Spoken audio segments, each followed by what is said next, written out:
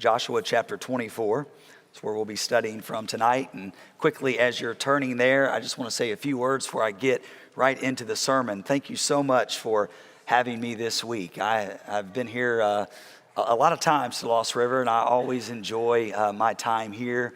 You treat me just as one of the family, and I appreciate that so much, the encouragement that you have given me over the years and in this week. And you've encouraged me by your presence and by your attention to the Word of God. As I look over the audience, I know that many of you you've worked all week, and you come in here and you sit.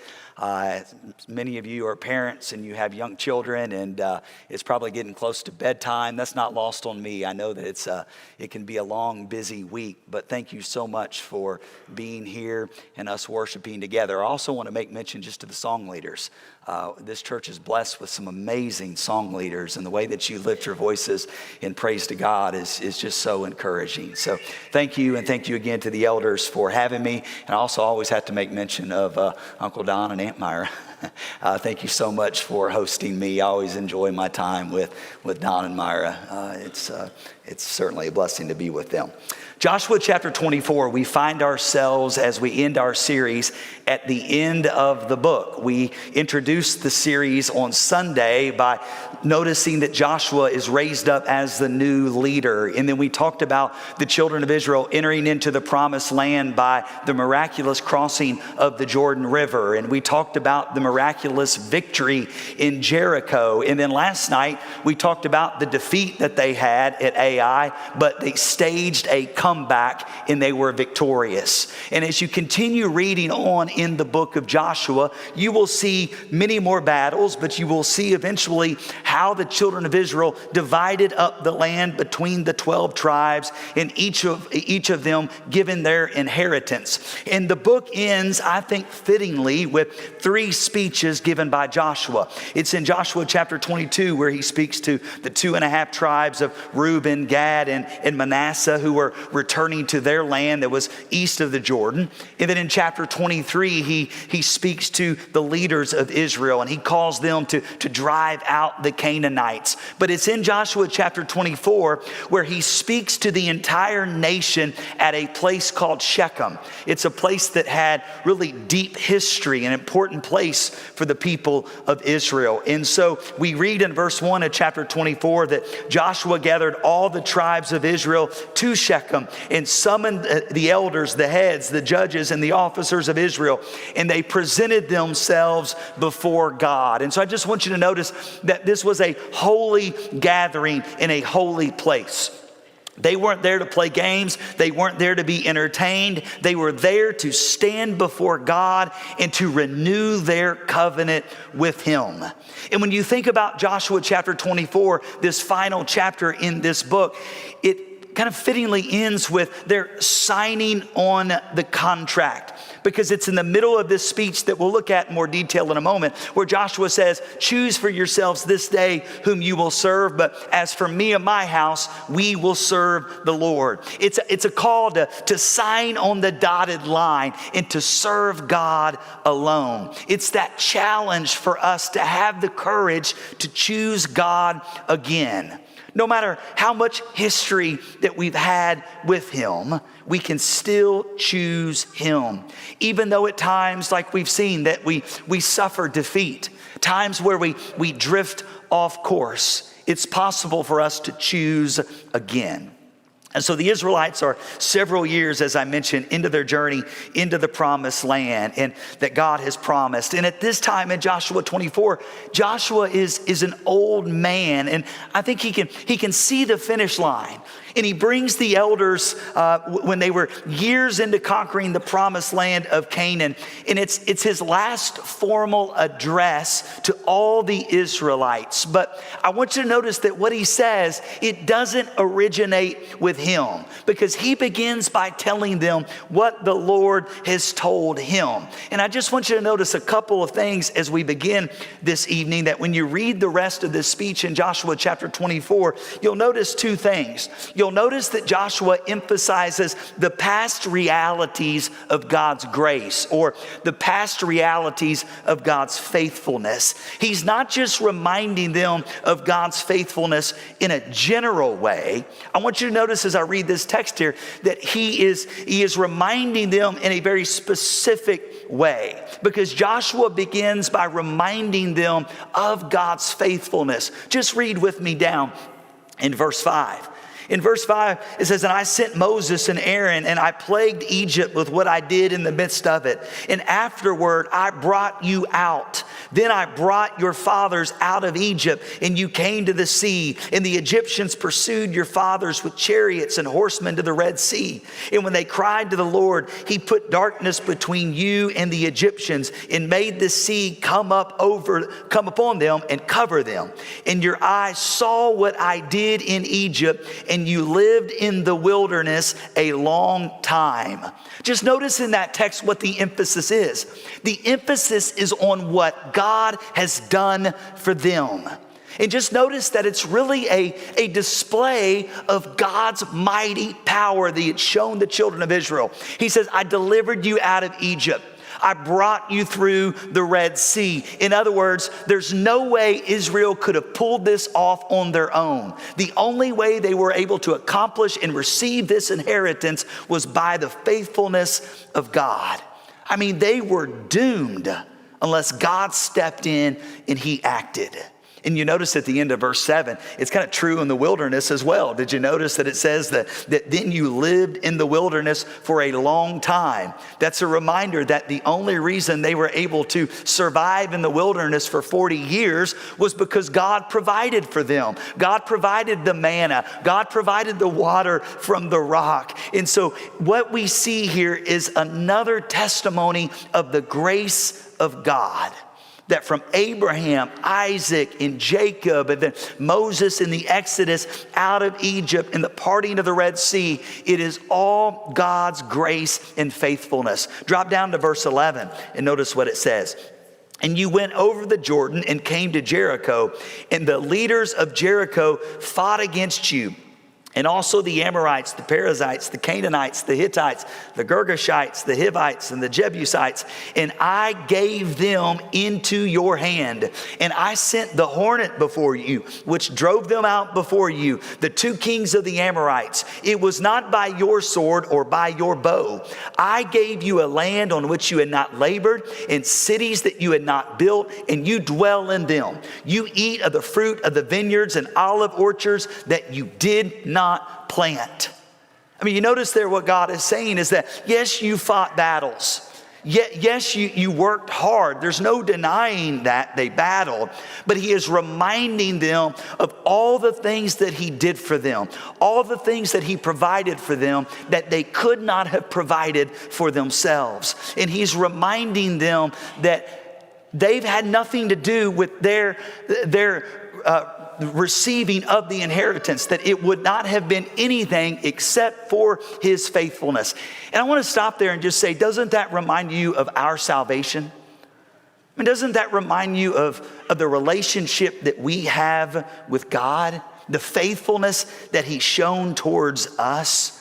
I mean, you think about, why does God go through this long rehearsal of their salvation story before Joshua tells them to choose who they will serve? Because I think it serves as a foundation for the why. Why do we serve God? Why would we choose God? Joshua is getting to the why behind the choice that he's going to present to them. You see, they were to choose God. Or in other words, God was the clear choice to make because of God's lavish grace.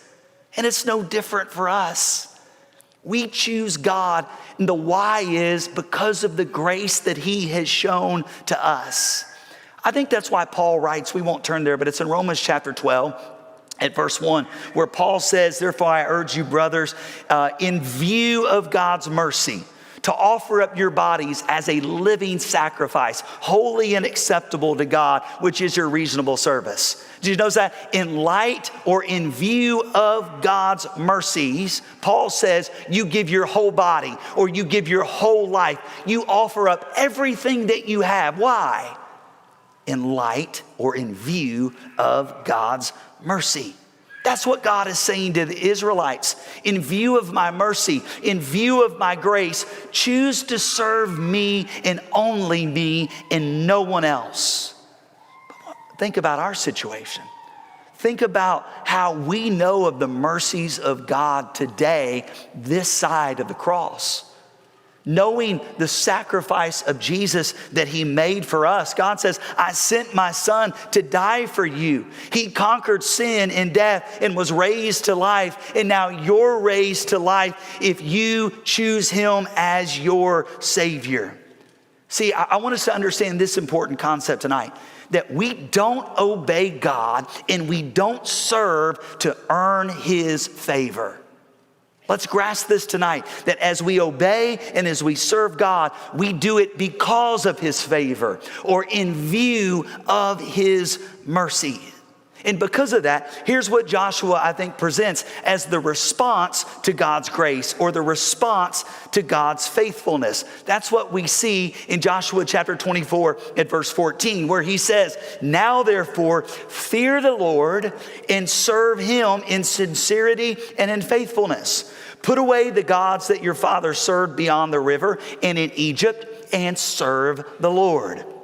Verse 15, he says, and if it is evil in your eyes to serve the Lord, choose this day whom you will serve, whether the gods your father served in the region beyond the river or the gods of the Amorites in whose land you dwell. Joshua says, but as for me and my house, we will serve the Lord. So as Joshua begins this speech, he's speaking for God. But now we see in verse 14 and 15, he's speaking as himself here.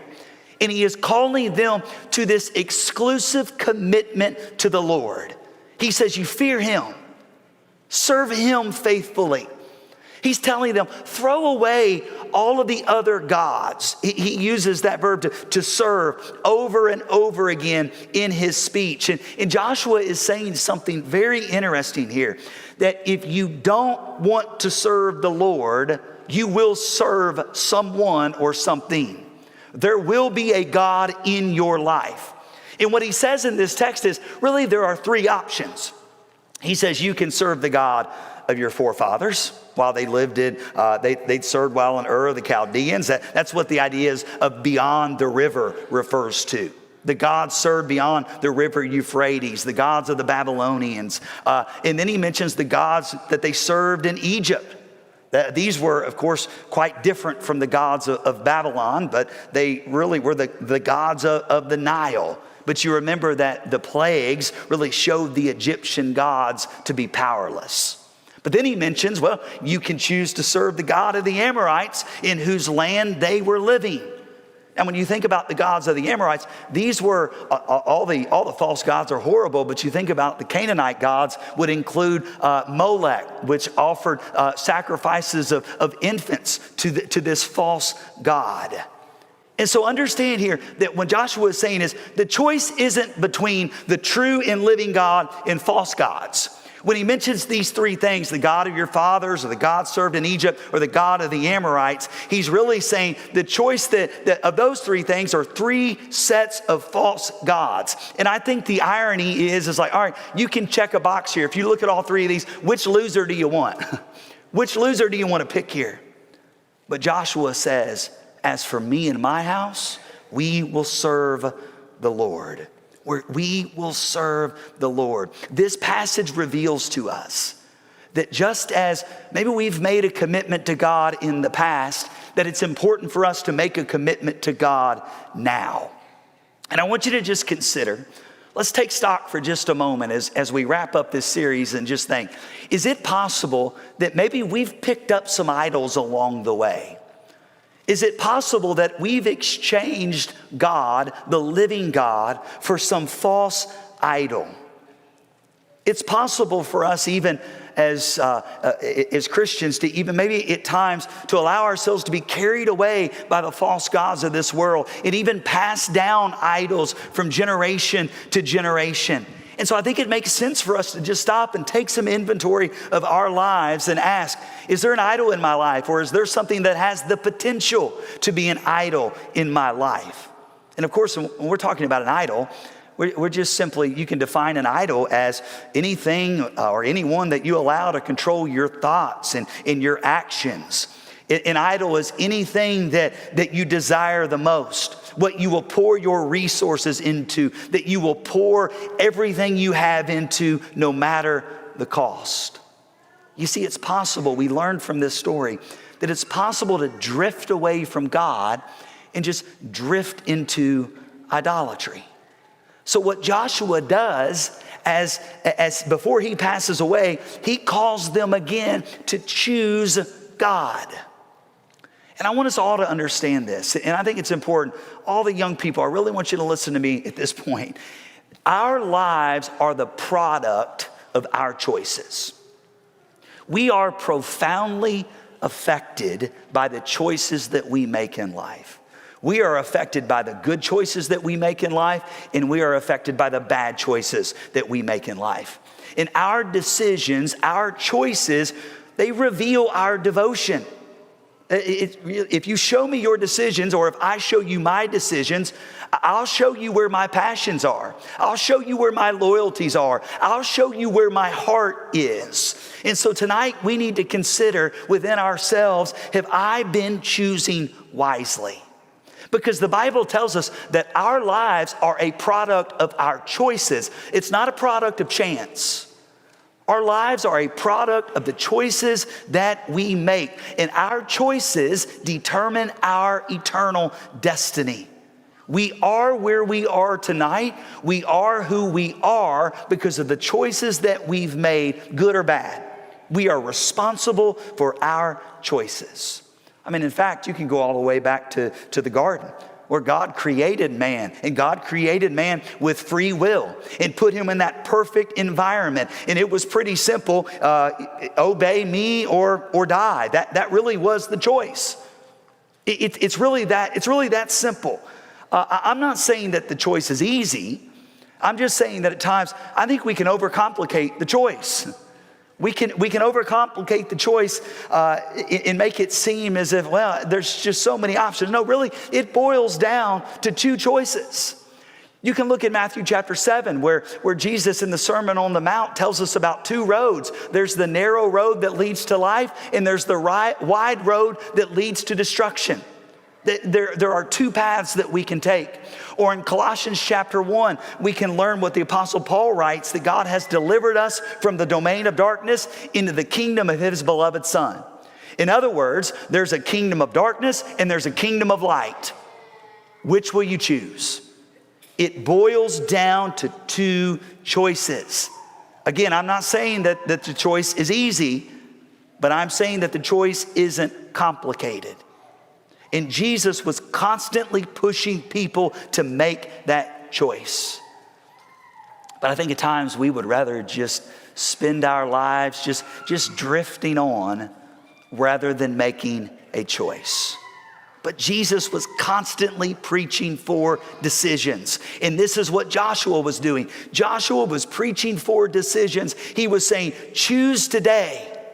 Choose today, make the choice. And I think about Joshua, and yeah, he's considered a great soldier. But if you read the last two chapters of the book of Joshua, it's as good as preaching, I think, as you'll ever find. It's an amazing sermon that he preaches, because Joshua preaches really just four basic principles about the choices that we must make. And I want to share those four basic principles with you tonight as we wrap up this series. First of all, well, I've got ahead of myself somewhere. That's supposed to say choose personally. The first point is to choose personally. You notice what Joshua says. Joshua says, choose for yourselves this day whom you will serve. Again, this choice is simple, but it's crucial. No one can choose God for you. No one can do that. According to Joshua, when it comes to serving God, you have to choose. Your spouse can't choose for you. Your elders can't choose for you. Your grandparents or parents can't choose for you. Your friends can't choose for you. You have to make the choice yourself. It is a decision that everyone is faced with. And the reason why that is because we're all going to be judged individually. We're going to stand before the throne of Christ, and we're going to answer for the choices that we have made, you have made, and I have made. 2 Corinthians 5 verse 10, for we must all appear before the judgment seat of Christ so that each one may receive what is due for what he has done in the body, whether good or bad. You know, maybe you parents have experienced at times. I can remember when our girls were younger, especially our youngest, she didn't like being dropped off at Bible class.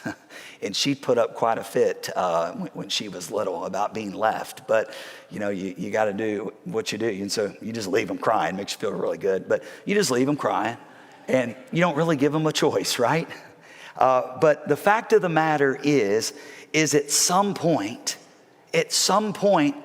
our children have to make the choice for God.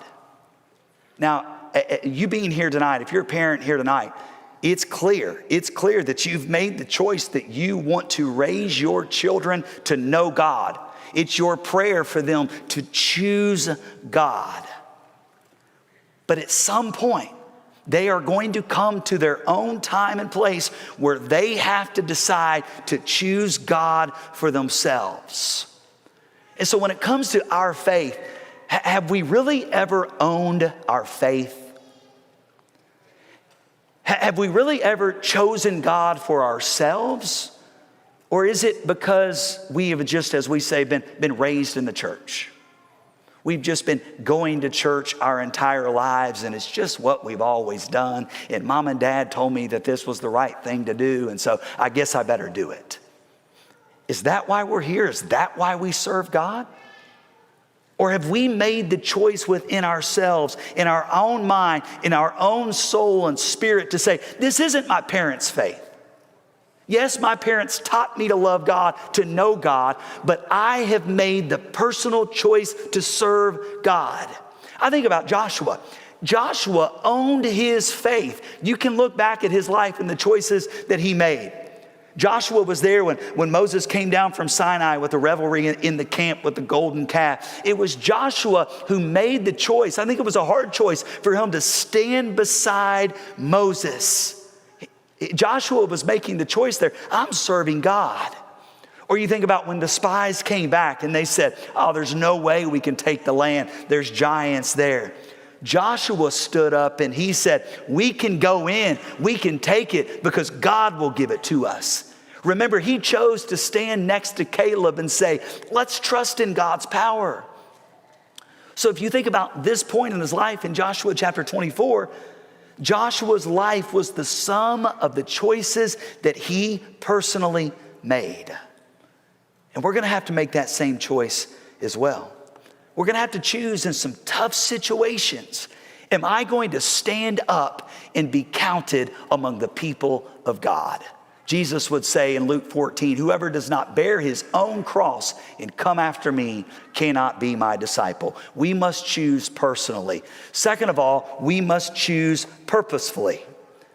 Joshua says, you throw away the other gods of your forefathers that they worship, but serve the Lord. In other words, he's saying choosing God means getting rid of any other threat to the Lord. He says, choose this day whom you will serve. And I want you to notice that Joshua acknowledges that there are false gods, that multiple gods abound. I mean, Canaanite culture was an idol factory. And can't the same thing be said of our culture? Everybody serves somebody. You are giving your life to someone or something. It is not an option. You will choose to worship and serve someone or something. You have the choice in that. And the amazing thing is in this context that after all Israel had seen God do for them that we talked about, parting the Red Sea, the fire and thunder at Sinai, seeing his power, and the crossing of Jordan and driving out the Canaanites, I think Joshua is saying, why do you still have idols? Why are you still holding on to other gods? But I wonder how much we're like the Hebrews. After all God has done for us, all of the daily care and all of the provision, he gives us our daily bread. Yet we find ourselves struggling with allegiances, giving time and energy and passion to things that I think our issue is, it's not that we give our time and energy and passion to things that are just evil and wrong.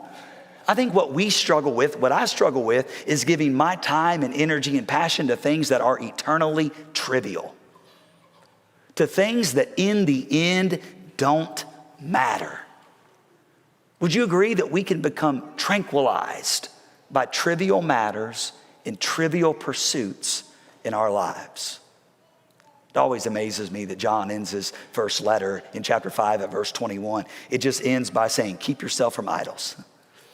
And I think that's basically Joshua's last words. Don't keep idols around. Throw them away. Throw them away. And even if we have to say no to the good things, if it keeps us from the best things, we must choose purposefully. And then number 3, I want us to consider this, that we must choose persistently. We must choose persistently. It's important when we read this text in Joshua 24, where Joshua says, as for me and my house, we will serve the Lord. Or when he says, choose for yourselves this day. Basically, in the original language in the Hebrew, what Joshua is saying is that I have chosen, I will continue to choose, because Joshua understands that decisions aren't made just once. You see, decisions have to be renewed every day. Joshua says, choose for yourselves this day. We've talked about the fact that they'd chosen God in the past. They chose God when they crossed the river. They chose God when they marched around the walls of Jericho 7 times. But you see, Joshua is pointing out that you cannot live on yesterday's choice. Joshua is pointing out that you have to choose today. The issue is now. And the reason why that is because every day there's always the temptation to pick up an idol. Every day there's a fresh opportunity to listen and obey. I mean, if you just think about the major life decisions that you've made, just take marriage, for instance. The day that you were married, you said your wedding vows, and it was clear that you were making the choice to love your spouse for better or for worse, no matter what. I'm not going to be selfish. I'm going to put the other person above my own needs. But wouldn't you agree that you have to make that choice? In order to have a successful marriage, that's not a one-time choice. It's making that choice daily, even when it's difficult, even when the person is hard to be around, even when your spouse is grumpy. You make the choice that I am going to love you. You have to renew that decision every day. You see, last week is irrelevant. Really, so is next week. Right now is important. You've got to make the choice right now. And Jesus tells us that discipleship is chosen daily. If anyone would come after me, let him deny himself and take up his cross daily and follow me. Choose it every day. Say, I'll take today. I'm going to carry my cross today. And that is the result of intentional thinking. It is the result of intentional choosing. But then finally, let me say this. We must choose publicly. We must choose publicly. I love how Joshua says publicly to the people of Israel, as for me and my house. I don't know about everybody else, but as for me and my house, we will serve the Lord. In other words, he's saying, I can't choose for you, but the choice that I'm making for me and my house is to serve the Lord. Listen, faith is a personal choice, yes, but it is not a private choice. And I say that, and I'll illustrate it this way. You know, Paul said in Galatians chapter 2 at verse 20, I have been crucified with Christ. I have been crucified with Christ. If you think about crucifixion, if you think about when Jesus was crucified, was Jesus crucified in private? Crucifixion was not a private event. Crucifixion was done openly. It was public. It was the statement that Rome was making that when Jesus was crucified and made public by saying, look, if you mess with us, this is what happens. It was done publicly. But I want you to understand, while Rome was making a public statement, Jesus too was making a public statement. Jesus was making the public statement that I laid down my life for the sins of the world.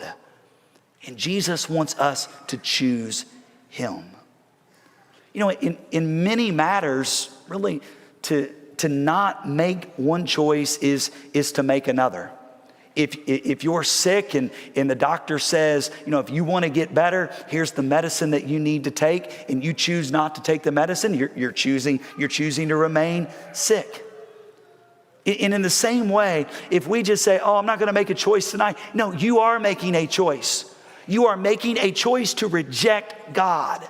Jesus says in Matthew chapter 12 at verse 30, whoever is not with me is against me. You always make a choice. By the way, I think if you've not made your choice public, I think you should be willing to make that choice public. I love how Joshua stands up in front of all of them and says, this is where I stand.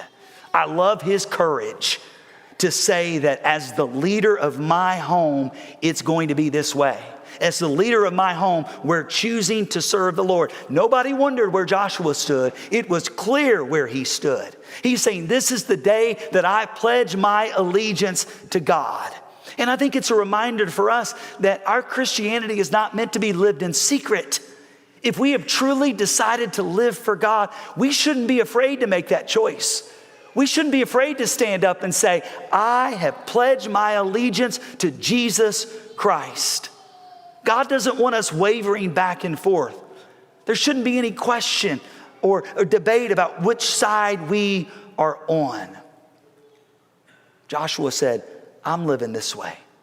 This is what I am doing. I want you to notice in Joshua 24, at verse 23, he said, then put away the foreign gods that are among you and incline your heart to the Lord, the God of Israel. And the people said to Joshua, the Lord our God we will serve, and it is his voice that we obey. You know, I want to suggest to you that there comes a point in time where we need to stand up. Maybe we need to stand up in front of our friends, or maybe we need to stand up in front of our family, and we need to say, this is where I stand. I am choosing to serve God and to obey him. I think it's time for leaders to go public. It's important for elders and deacons to stand up and say, we are choosing to serve the Lord. It's important for parents to stand up and say, in this house, we're choosing to serve the Lord. Teenagers today, you need to make the choice to say, I'm choosing to serve the Lord. I'm pledging my allegiance to Christ, and to do that publicly. It's time to throw away the idols and choose to serve God. You know, when I think about choices, you know, I recognize that there are some choices in life that you can recover from. You might pick the wrong school to go to and pick the wrong major. You can recover from that. You might even move to the wrong city, and that's just a bad choice you didn't like. You can recover from that. You can recover from various choices in life. You might pick the wrong team to root for, cheer for. You can recover from that. But there is one choice that you have to get right. It is the one choice that matters in the end, choosing to serve the Lord. And it's a choice that you do not want to get wrong. So take stock of your life tonight. Let's examine ourselves tonight and to see if we are willing to stand up and say, I am choosing to serve the Lord. If we can help you make that choice or pray for you in any way, we would love to do that. Let us know while we stand and sing.